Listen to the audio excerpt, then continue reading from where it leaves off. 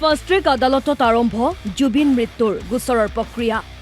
Fast track আদালতত প্ৰতিদিনে চলিব গোচৰটোৰ শুনানি। ফাষ্ট ট্ৰেকৰ বিৰোধিতা শ্যাম কানু সিদ্ধাৰ্থৰ অধিবক্তাৰ।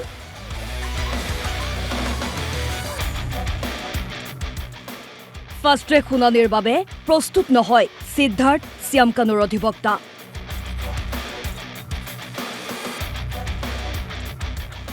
অৱশেষত সেই ভাল খবৰটো আহিল জুবিন অনুৰাগীৰ বাবে।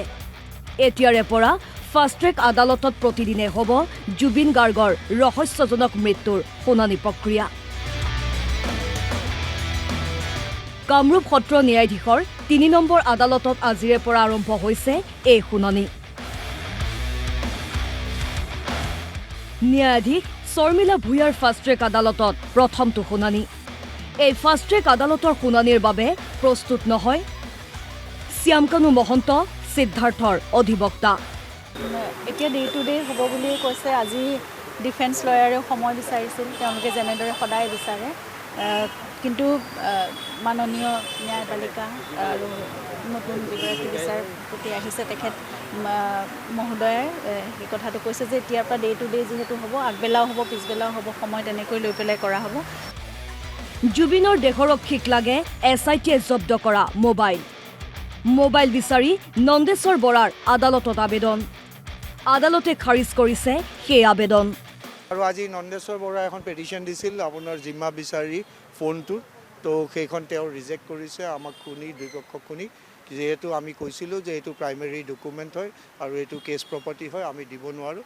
অনাৰেবল কোৰ্টে অন দ্য স্পট জাজমেণ্ট দিছে, অৰ্ডাৰ দিছে, সেইটো ৰিজেক্ট কৰিছে। মঙলবাৰে শ্যাম কানু সিদ্ধাৰ্থৰ অধিবক্তাই দাঙি ধৰিব যুক্তি।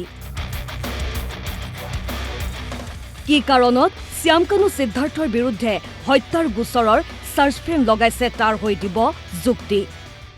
অহাকালি ৰাতিপুৱা ভাগত সিদ্ধাৰ্থ আৰু শ্যাম কানুক দিছে ৰাতিপুৱা ভাগত, আৰু 2টা বজাত সিদ্ধাৰ্থৰ কাউন্সিলে কৰিব ভিচিৰে।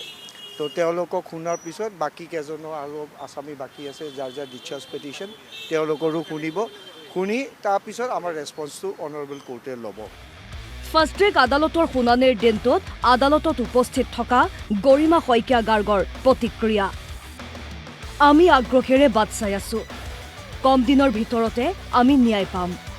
গতিকে ক্ষিপ্ৰতাৰে আগবাঢ়িব বুলি এটা আমি আশা দেখিছোঁ, আৰু সোনকালেই কিবা এটা ভাল সংবিধান আমি পাম বুলি সেয়া আশা কৰিছোঁ। কাৰণ আমি সকলো কথা খুব বিশ্বাসেৰে আস্থাৰে লৈ আছোঁ, আৰু ভাল এটা পজিটিভ মন লৈ সদায় কোৰ্টলৈ আহিছোঁ। সেইখিনি সকলোৱে আমি প্ৰাৰ্থনা কৰিছোঁ যে সকলোবোৰ ভাল হওক। জুবিনক পৰিকল্পনা কৰিয়েই অসমৰ পৰা লৈ গৈছিল। আমি ন্যায় পাম, জয়ী হ'ম, আমি আশাবাদী।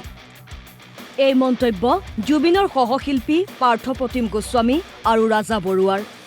কেছ যিটো আমাৰ অসমত হ'ব, আৰু আমি সেইটোৰ ওপৰত আমি আশাবাদী কৈ আছোঁ। মাজে মাজে খালি প্ৰথমতে আমাৰ মন দুখ লাগিছে, যিহেতু প্ৰথমতে 2 মাহতে আমাৰ 2টা কেছ আমি হাৰি গৈছিলোঁ। চবেই হওক, ভগৱান আৰু অসমৰ ৰাইজে নিদিয়ে কিন্তু ঠাণ্ডা হ'বলৈ, মোৰ সেইটো পূৰা বিশ্বাস আছে। চ' মই এতিয়া কওঁ, অসমৰ ৰাইজৰ ওপৰত বিশ্বাস আছে, ভগৱানৰ বিশ্বাস আছে, জুবিন গাৰ্গে ন্যায় পাবই আৰু পাবই লাগিব। অমৃত প্ৰভাৰ হৈ অধিবক্তাই আদালতত দিলে যুক্তি। কিয় অমৃত প্ৰভাৰ ওপৰত লগোৱা হৈছে হত্যাৰ গোচৰ? কিন্তু অমৃত প্ৰভাৰ অধিবক্তাৰ এই যুক্তিৰ বিৰুদ্ধে সবলভাৱে যুক্তি দিয়ে চৰকাৰী জ্যেষ্ঠ অধিবক্তা জিয়াউৰ কামাৰে। মঙলবাৰে পুনৰ ফাষ্ট ট্ৰেক আদালতত হ'ব শুনানি। প্ৰদীপ দাসৰ সহযোগত তুস্মিতা গগৈৰ ৰিপৰ্ট, অসম লাইভ 24।